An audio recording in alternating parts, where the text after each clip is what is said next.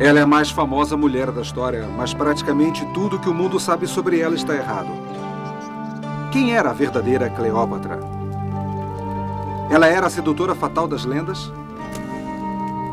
Como é que uma grega, sem um pingo de sangue egípcio nas veias, tornou-se o símbolo vivo do Egito? Como Cleópatra tornou-se uma das maiores lendas de todos os tempos?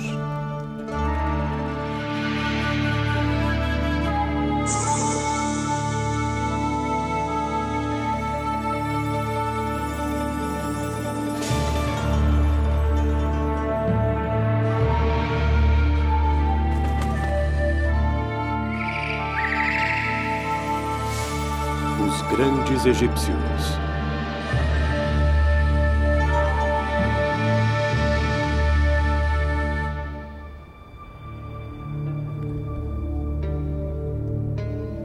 A história de Cleópatra começa aqui, com um pequeno grupo de homens perdidos e moribundos nas grandes vastidões do deserto ocidental do Egito. Liderados pelo maior líder militar que o mundo já conheceu, Alexandre o Grande, estavam tentando chegar a um dos santuários mais remotos do mundo antigo, o templo no oásis Siwa.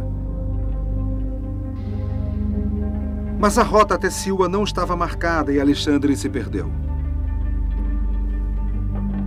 Existem duas lendas sobre o que aconteceu depois. Numa delas, uma cobra apareceu e lhe mostrou o caminho.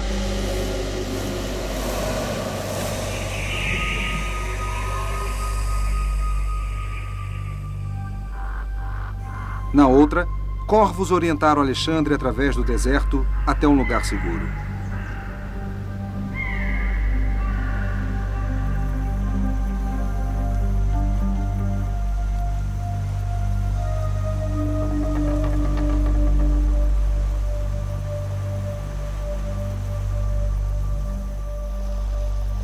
Quando ele finalmente saiu do deserto, Siwa deve ter lhe parecido um paraíso, com fontes frescas e borbulhantes e tamareiras dobrando-se com o peso das frutas. Mas Alexandre não veio a Siwa para comer tâmaras. Em Siwa morava o Oráculo, um sacerdote famoso no mundo antigo, por sua habilidade de ver o futuro. Todos os antigos líderes consultavam os oráculos antes de tomarem grandes decisões. Os oráculos combinavam as habilidades de leitura da sorte de Jim Dixon com a sensatez política de Henry Kissinger. Alexandre tinha acabado de conquistar o Egito, mas não queria governar como um grego, um mero mortal. Ele queria que o oráculo o proclamasse um deus, para que ele pudesse governar como um faraó divino.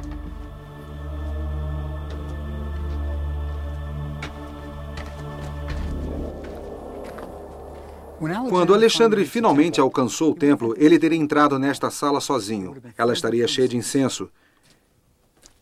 E aqui está um santuário dos santuários, onde provavelmente não permitiram que Alexandre fosse. Então, se ele deixou uma oferenda, teria que ter sido aqui, talvez um carneiro ou algo assim. Depois permitiram que fizesse uma pergunta. Sou um deus? Todas as antigas fontes concordam que o oráculo proclamou Alexandre um deus. Com sua posição divina confirmada, Alexandre o Grande marchou para fora do adormecido oásis de lama e tijolos e prosseguiu na conquista do maior império que o mundo já viu, que ia da Europa até a Índia.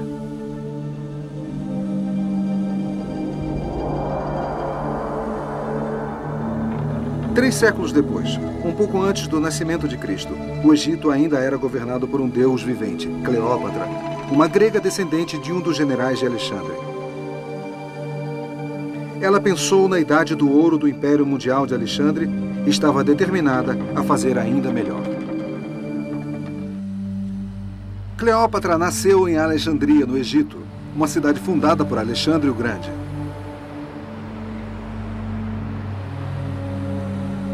Era uma cidade de lindos templos e palácios.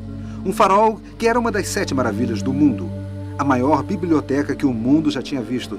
Uma famosa escola de medicina.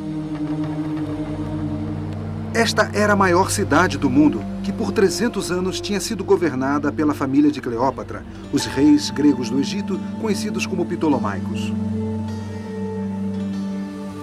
A Alexandria de Cleópatra estava isolada do resto do Egito. Limitada ao sul pelos pântanos e ao norte pelo mar Mediterrâneo, tinha se tornado um oásis da cultura grega. Mas existem alguns poucos lugares, muito abaixo das ruas modernas de Alexandria, onde se pode ver um pouco do mundo perdido de Cleópatra. Este cemitério só foi descoberto no início deste século. Este buraco é grande bastante para que os corpos pudessem ser baixados até as câmaras mortuárias subterrâneas. Muitas múmias passaram por aqui.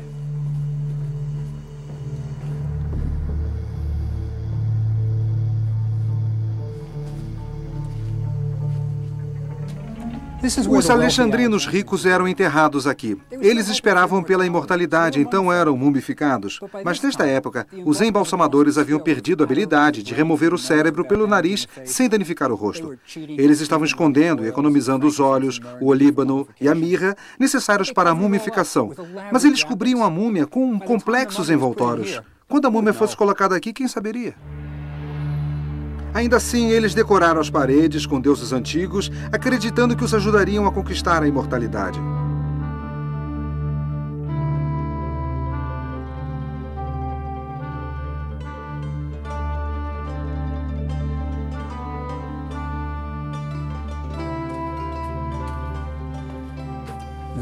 Este era o mundo de Cleópatra. Era um mundo estranho, era uma mistura de civilização egípcia, grega e romana. Cleópatra era uma grega com 300 anos de ancestrais gregos, mas ela era a rainha do Egito. Uma terra que mal havia mudado desde a época das pirâmides. Mas o poderio militar dominante na área era de Roma. Vejam esse cara. Ele tem o corpo de um centurião romano e a cabeça de um deus egípcio. Era uma época complexa. Para se manter no trono, você tinha que ser adaptável, implacável, inteligente e um ótimo político. Cleópatra tinha todas essas características e, por isso, a história nos forneceu muitas interpretações de Cleópatra.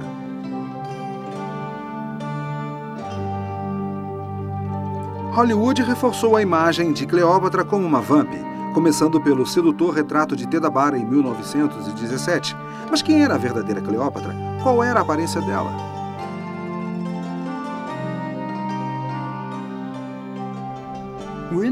Estamos em Berlim porque este é o melhor retrato de Cleópatra que o mundo conhece. Existem poucas esculturas antigas dela. Então, provavelmente, isto é o mais próximo que vamos chegar à sua real aparência. Ela parece bastante comum, não é? Veja o cabelo dela. Está preso num coque simples. É um penteado grego clássico. É prático, mas não foi projetado para conquistar um general romano. Sabemos por fontes antigas que seu cabelo era avermelhado, ondulado. Mas olhe o nariz dela. É um pouco longo demais e é recurvado na ponta. E a sua boca não é exatamente sensual. Ela não está usando nenhuma joia, não há brincos, nenhum colar. Este não é o retrato de uma mulher fatal. Fontes antigas revelam que ela era inteligente, espirituosa, charmosa, uma linguista. Além disso, ela tinha muita determinação. Foi a incrível combinação de habilidades que tornou Cleópatra a mulher mais famosa do mundo.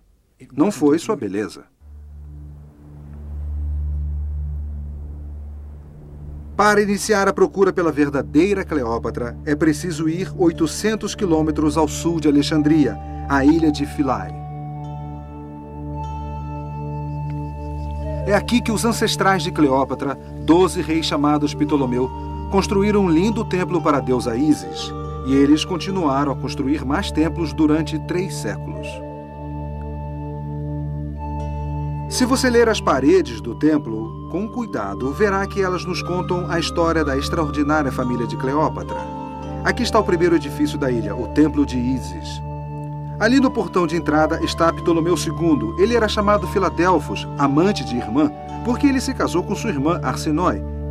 Ele está com Ísis e o filho dela, Horus. O templo de Ísis foi completado por Ptolomeu III, o último grande Ptolomeu. Ele conquistou a Babilônia e a Pérsia e voltou com tesouros que foram tirados do Egito. Mas daí em diante tudo piorou para os ptolomaicos. Aqui está um templo dedicado a uma deusa obscura, Arsenupes. Ele foi construído por Ptolomeu IV, que assassinou seu tio, seu irmão e sua mãe. Este pequeno templo foi construído por Ptolomeu V. Ele conseguiu perder a maioria das possessões egípcias durante o seu reinado.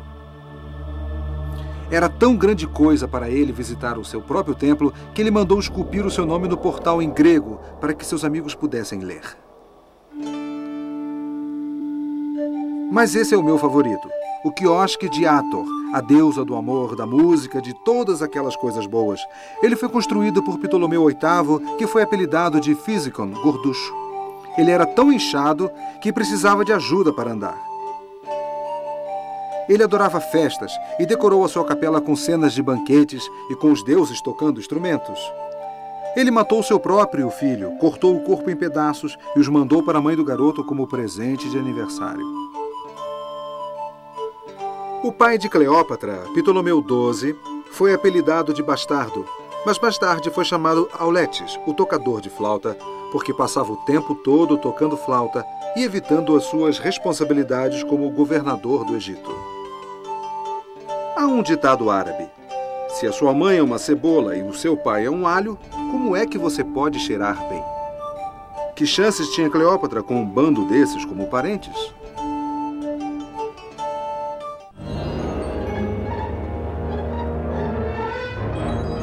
Cleópatra tinha 18 anos quando seu pai morreu. Seu testamento rezava que Cleópatra e seu irmão mais novo, Ptolomeu, reinassem juntos. Mas eles se odiavam e os dois então brigaram.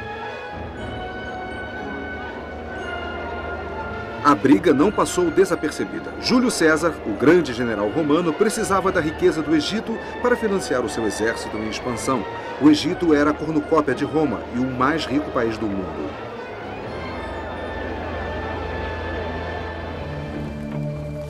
Para resolver a disputa, César passou a habitar o palácio de Alexandria e mandou chamar Cleópatra e Ptolomeu. Receando que o seu irmão fosse matá-la, Cleópatra descobriu um caminho secreto para chegar a César. O resto é história.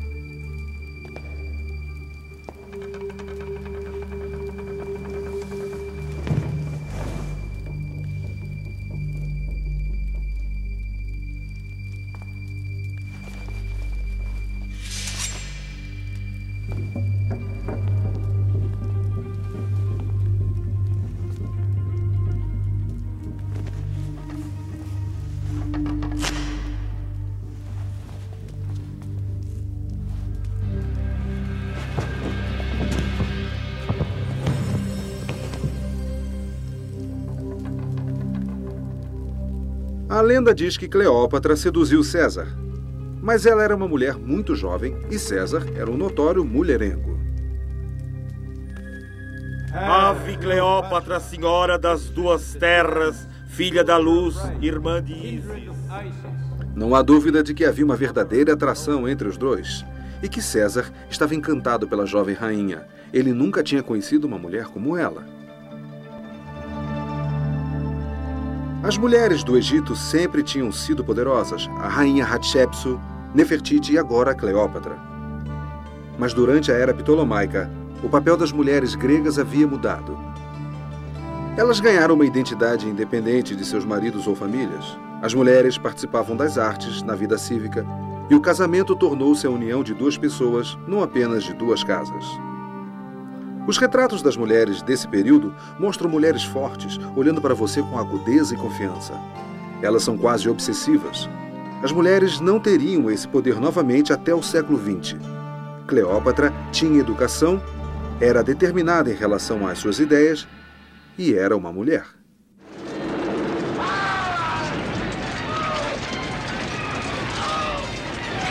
Como intelectual, Cleópatra teria ficado magoada quando, durante as lutas entre os egípcios e as tropas do exército romano de César, ocorreu uma das maiores tragédias do mundo antigo, a queima da Biblioteca de Alexandria.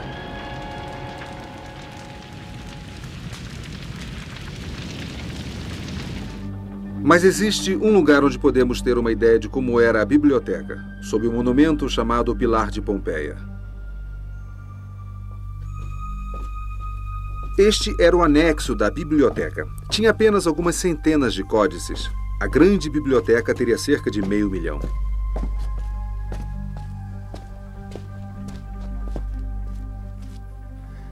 Só o catálogo tinha 120 volumes.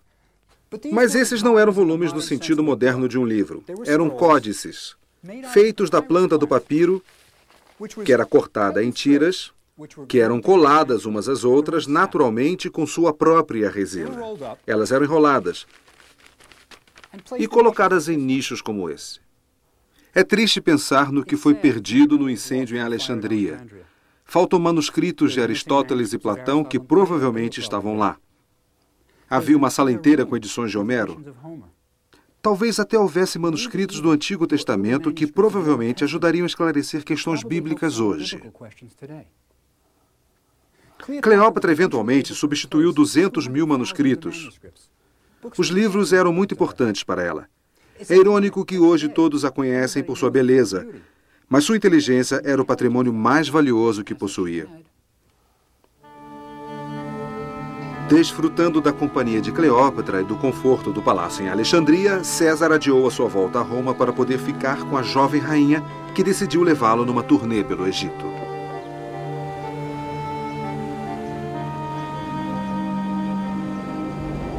Não há dúvida de que um amor verdadeiro estava crescendo entre os dois, mas Cleópatra pode ter tido um motivo político para fazer o cruzeiro.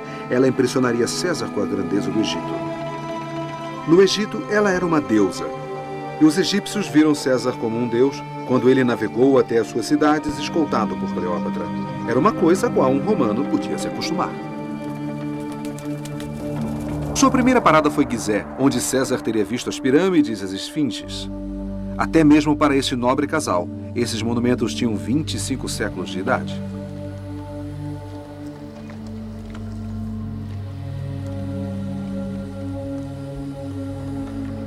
Gizé ficava a apenas um dia de barco de Mênfis, onde Cleópatra teria mostrado a ele o touro Apis, no templo onde seu pai havia levado quando criança.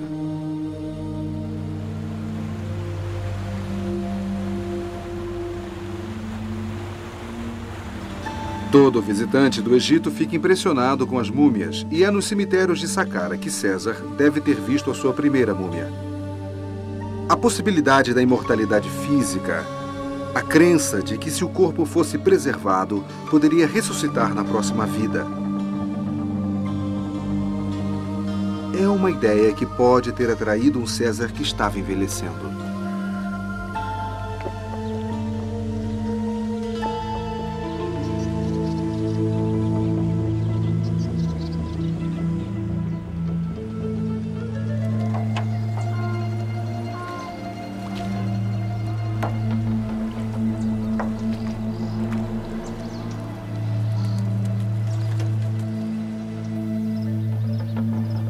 Enquanto o casal velejava para o sul, César viu os infinitos campos de grãos de que Roma precisava para alimentar os seus exércitos. O trigo era tão essencial para a economia e mentalidade egípcia que, quando os egípcios retratavam a próxima vida nos seus túmulos, eles desenhavam campos de trigo.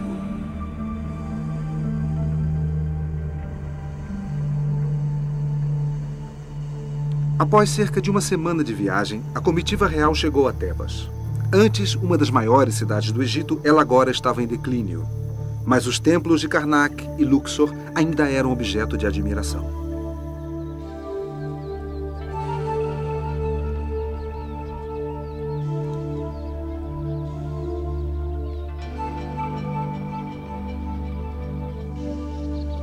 Após um dia de navegação, Cleópatra e César pararam em Hermontes.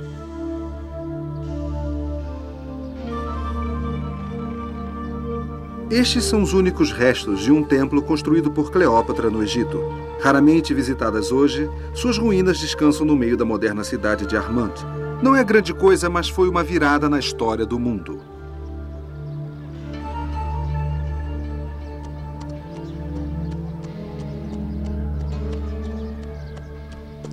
É difícil acreditar, mas 2000 anos atrás, nesta cidade adormecida, a República Romana morreu. Veja, César era um oficial eleito. Roma era uma democracia. Mas enquanto César viajava com Cleópatra, ele era visto como seu marido, como um deus. Então, quando chegaram lá, ele acreditou nisso. Nesse momento, ela estava com 5 meses de gravidez. E eles fizeram um plano. Se o bebê fosse um menino, eles construiriam um templo neste local para comemorar o seu nascimento divino. O filho de César seria um deus. Nesse momento, César estava achando muito difícil ver a si mesmo como responsável por um bando de políticos romanos. E essa ideia de que Roma era presidida por um deus, de algum modo, pegou. César foi sucedido por imperadores romanos que viam a si mesmo como deuses. É estranho, mas neste lugar, a democracia romana morreu.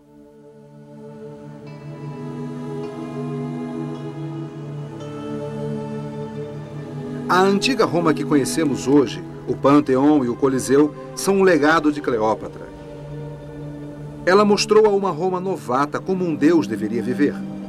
Após a sua morte, todo imperador romano aspirava à grandiosidade e opulência do Egito de Cleópatra.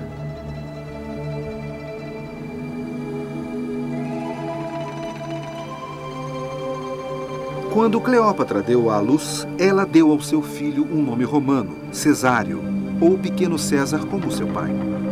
Cesário se tornaria o alvo da ambição de Cleópatra pelo resto de sua vida.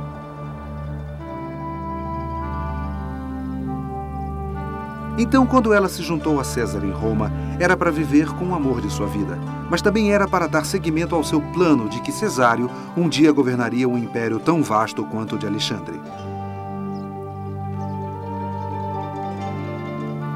César forneceu uma vila com lindos jardins para Cleópatra morar. Isso mostra o quanto ela significava para ele. Para um homem que efetivamente era o ditador do mundo romano e cujos adversários suspeitavam que almejava ser rei, tal passo era perigoso. Mas para César, valia o risco.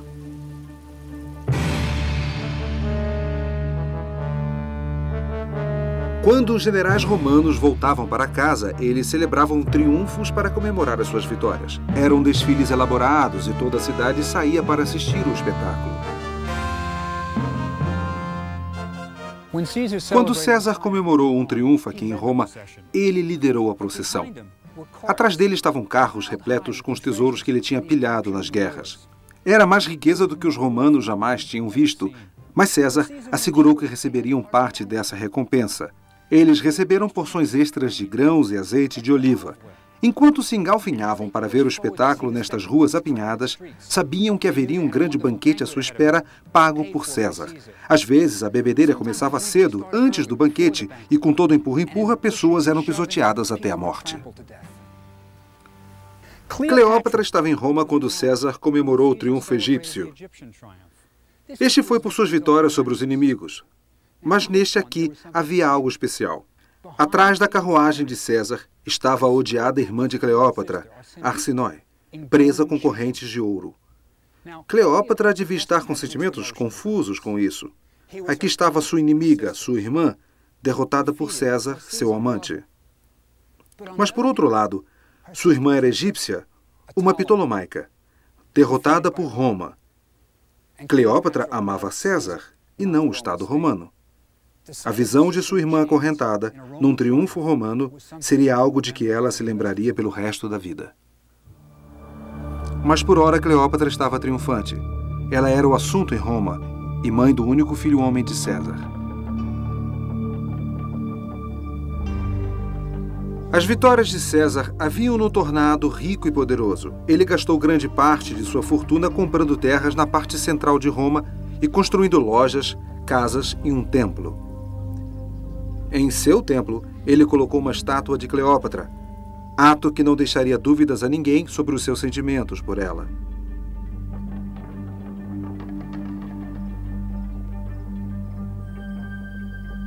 Por um milagre da natureza, a influência de Cleópatra sobre os romanos foi perfeitamente preservada até hoje.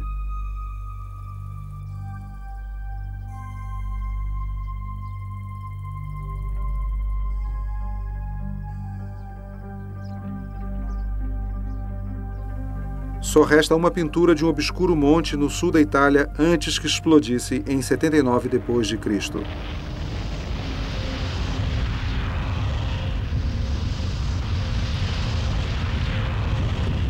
Numa das maiores erupções vulcânicas de todos os tempos, o Monte Vesúvio despejou milhares de toneladas de cinzas e gás venenoso sobre a linda cidade italiana de Pompeia, matando a maioria de seus habitantes, mas preservando a cidade para sempre.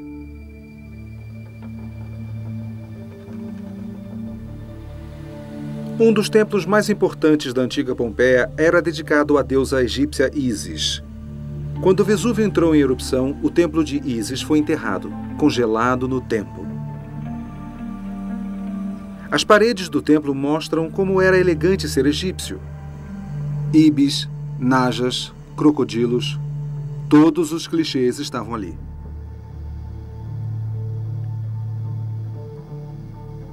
Havia até uma piscina cheia da sagrada água do Nilo. Cleópatra vestia-se como Ísis para as cerimônias religiosas, e um jovem iniciado romano intoxicado pelos mistérios de Ísis descreveu como ela se parecia. O longo e negro cabelo de Ísis caía em anéis sobre o seu maravilhoso pescoço e estava coroado por uma elaborada grinalda na qual estava tecido todo tipo de flor. Após cerca de 2 anos em Roma, Cleópatra deve ter sentido que sua meta estava à mão. Ela era a mulher mais poderosa do mundo, aliada ao mais poderoso homem. Parecia certo que seu filho Cesário herdaria um império tão grande quanto o de Alexandre.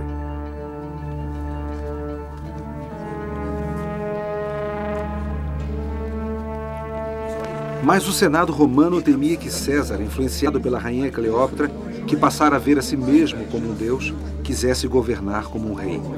Eles não podiam permitir que sua amada República Democrática morresse. César tinha de ser detido a qualquer preço.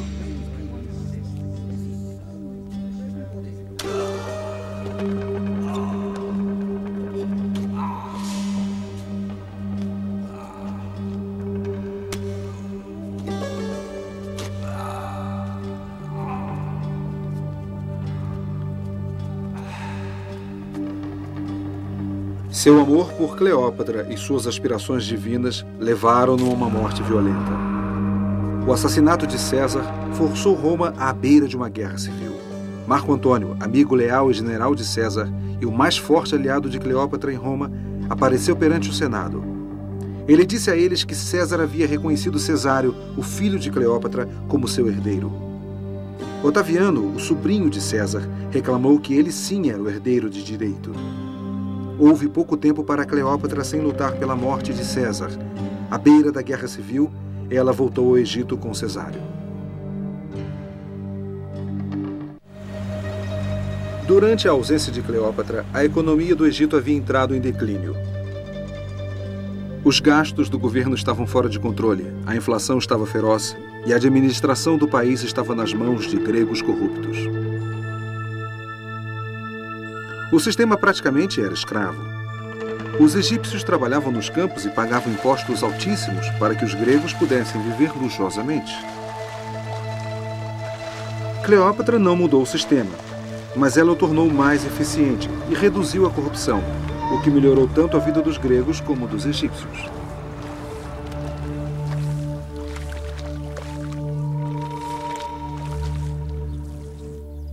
Cleópatra estava usando toda a sua energia juvenil para fazer o Egito voltar à sua antiga grandiosidade.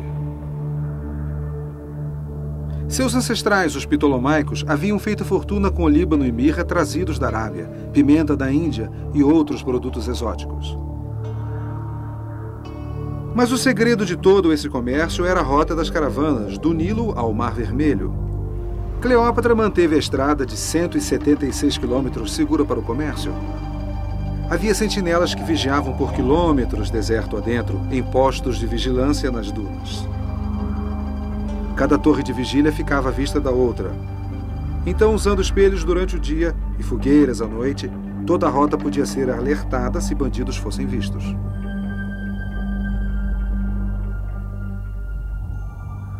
Havia pousadas onde as caravanas podiam descansar depois da sua jornada diurna. Havia pequenos quartos em volta de um pátio onde os homens descansavam e onde os animais eram amarrados. Cada parada tinha um poço, onde os animais podiam ser refrescados e onde os odres eram cheios.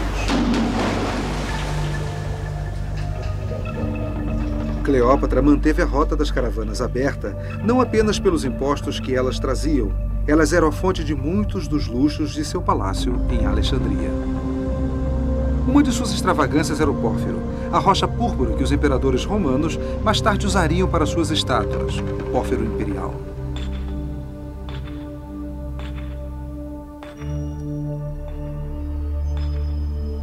A única jazida de pórfiro do mundo ficava no Egito, perto do Mar Vermelho, e Cleópatra foi a primeira na sua exploração.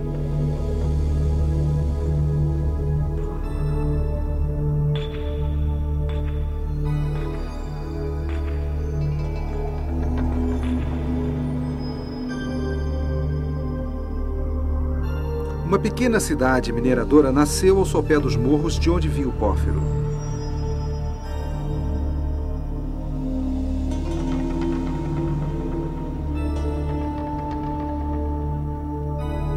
O pórfiro foi descoberto no alto da montanha conhecida como Quebel do Rom, montanha fumegante, por causa da poeira criada pela extração.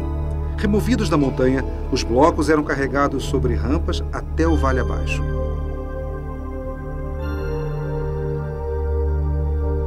Quando extraída, a rocha não parece grande coisa, mas quando esculpida e polida, é espetacular.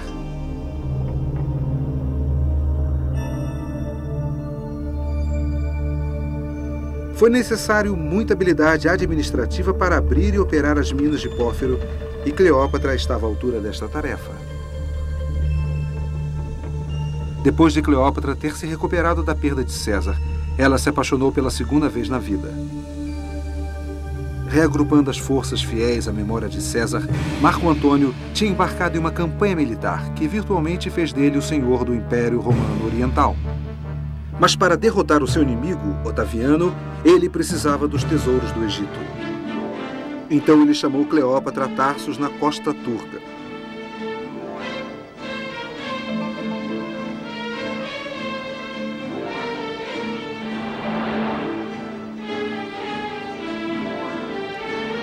Cleópatra não atendeu de imediato, mas na hora que quis, e bem ao seu estilo, velejou para Tarsos.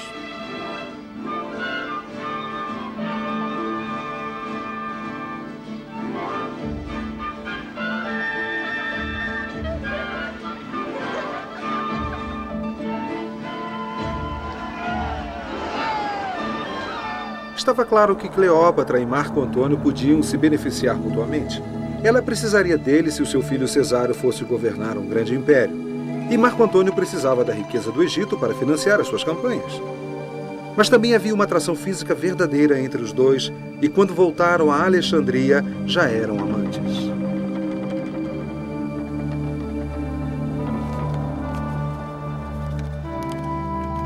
Marco Antônio teve de deixar Cleópatra para ir à guerra. Ela breve daria luz a gêmeos. Mas logo depois que Marco Antônio partiu, Cleópatra soube que ele tinha casado com outra mulher.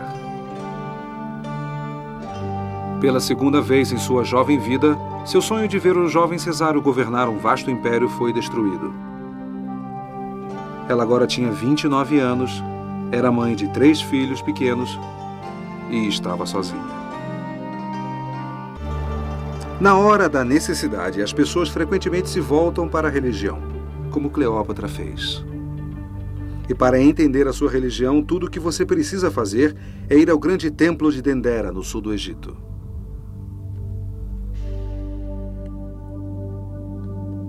No Antigo Egito, a religião basicamente era uma transação entre os deuses e o faraó.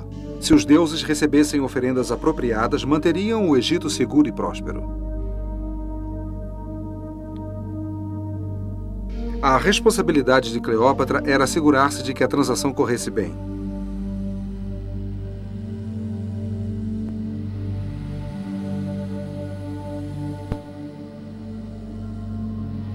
O templo era o lugar onde ocorria essa troca. Quando Cleópatra visitava Dendera, ela entrava no Santuário dos Santuários, onde só ela e os altos sacerdotes eram permitidos. A cerimônia matutina começava com a remoção dos selos de argila do santuário, a abertura das portas e a revelação da estátua da deusa. Eram feitas oferendas de comida, flores e óleos aromáticos. Orações eram recitadas, hinos eram cantados, incenso era oferecido e tudo na sequência apropriada. Daí então começavam as atividades do dia. A maioria das vezes, sacerdotes de cabeça raspada serviam de dublês para Cleópatra. A cerimônia mais importante ocorria aqui, no dia do Ano Novo, para assegurar que o Nilo transbordasse e que as plantações florescessem. Ao amanhecer, os sacerdotes giravam cada uma das estátuas divinas de seus santuários e, numa procissão sagrada, carregavam os deuses até o telhado do templo para a cerimônia do tocar do disco, quando as estátuas eram expostas aos primeiros raios solares.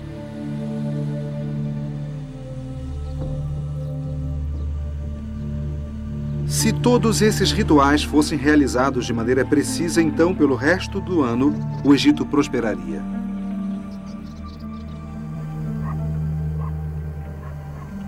A única cena remanescente de Cleópatra fazendo oferendas aos deuses está aqui na parede de trás de Dendera. Normalmente a rainha estaria acompanhada de seu marido, o faraó, mas Cleópatra não era uma rainha comum.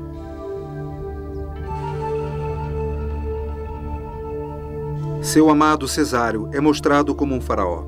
Cleópatra tinha aspirações ainda maiores para ele do que apenas governar o Egito. Cesário, esperava ela, governaria o mundo.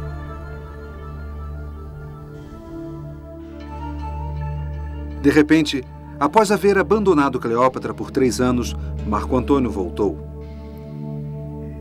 Ele precisava de Cleópatra e da riqueza do Egito para realizar o seu plano de controlar todo o Império Romano. Ele pediu um encontro. Mas por que Cleópatra concordaria? Cleópatra era mais do que uma lenda, também era um ser humano. Ela estava voltando para um homem que tinha sido seu amante. Era o pai de 2 de seus 3 filhos e tinha concordado em defender Cesário como herdeiro de César. Mas ele também a tinha abandonado, casado com outra mulher, Otávia. Então seus sentimentos deviam estar confusos. Ela podia justificar o casamento como um ato político de conveniência, mas acho que o abandono era difícil de justificar. Então ela foi até Marco Antônio com sentimentos confusos, mas com metas muito específicas. Ela ia negociar o futuro de seus filhos.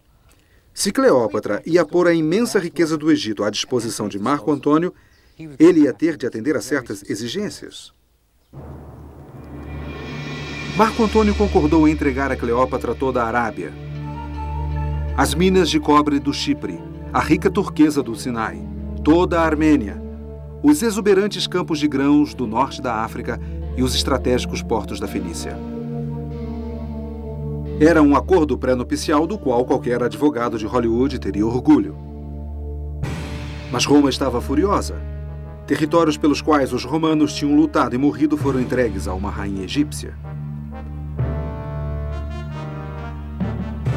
Otaviano usou esse ultraje para reunir as suas tropas para uma demonstração final na guerra civil com Marco Antônio. A Batalha de Actium, travada perto da costa da Grécia, iria determinar o futuro do mundo ocidental.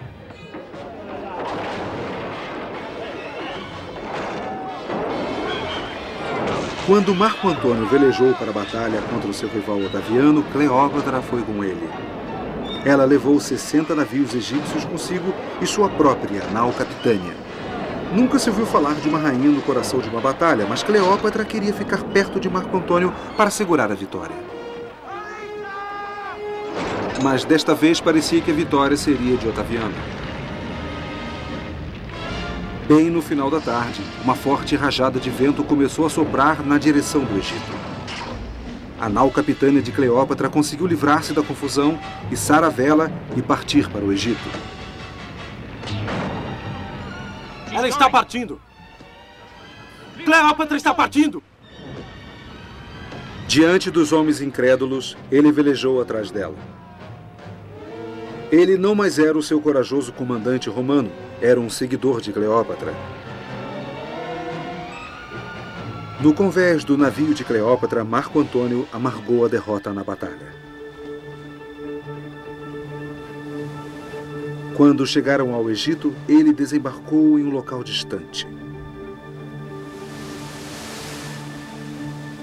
Aqui, na costa nua, Marco Antônio parece ter caído aos pedaços. Acompanhado apenas de um servo, ele nada fez. Não viu ninguém e mergulhou mais ainda no desespero.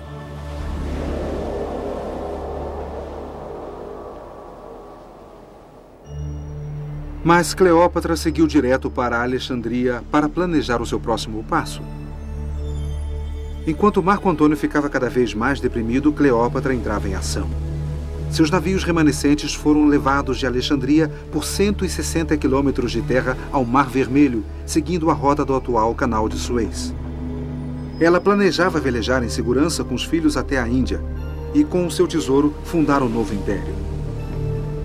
Era a sua última chance, mas poderia funcionar. Enquanto os navios estavam sendo preparados, ocorreu o desastre.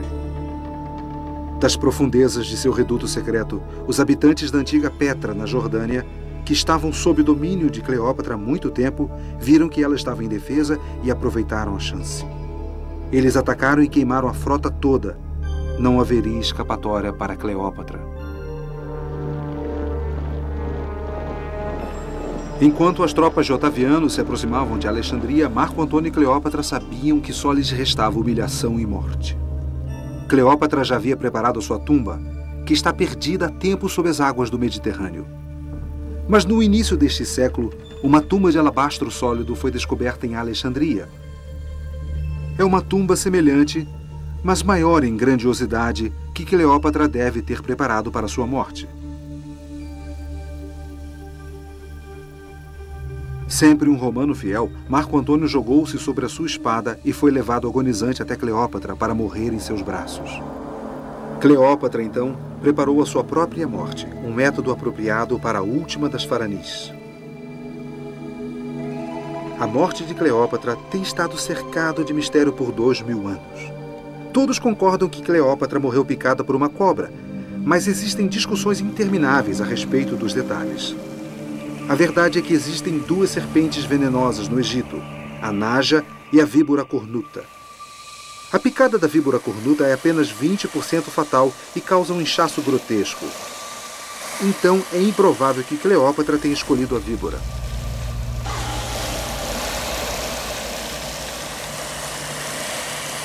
A naja é muito mais letal e sua picada é difícil de ser detectada.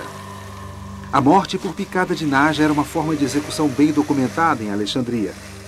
Galeno, o famoso médico, testemunhou a execução de prisioneiros que foram sentenciados à morte e executados pela aplicação de naja sobre o peito. Ele comenta que era uma morte piedosamente rápida. A naja evitaria que Cleópatra fosse acorrentada e exibida em um triunfo romano.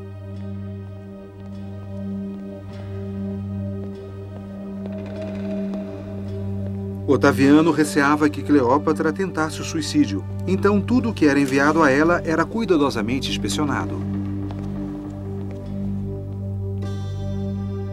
Mas Cleópatra não seria derrotada por Otaviano.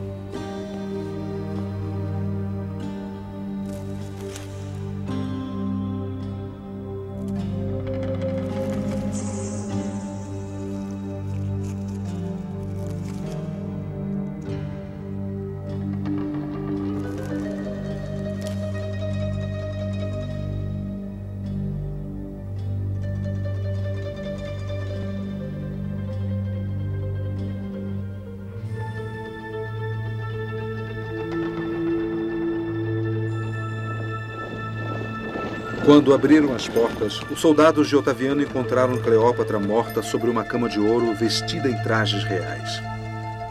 Uma criada jazia morta aos seus pés, e Chamen estava arrumando a coroa de sua rainha.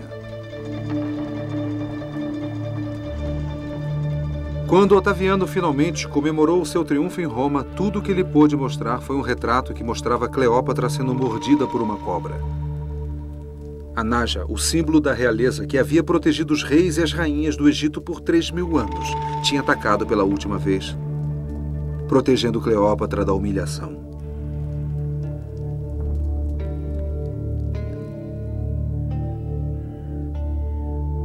O O amado filho de Cleópatra, Cesário, foi morto por Otaviano. Seus filhos mais novos, enviados a Roma para serem criados, desapareceram da história. O Egito, agora mera província romana, viu seu último faraó. Com Cleópatra, morreu a maior civilização que o mundo já conhecera. Alexandria deixou de ser um centro de aprendizado. Sua biblioteca e seu lindo palácio desapareceram sob o mar. Os grandes templos do Egito ficaram desertos, cobertos de areia. Os antigos rituais dos sacerdotes foram silenciados para sempre e sua língua extinta. Mas Cleópatra, que tinha feito as apostas mais altas e perdido, nunca foi esquecida. Mesmo quando os nomes dos faraós do Egito não eram mais lembrados, um nome perdurou por séculos: Cleópatra, rainha do Egito.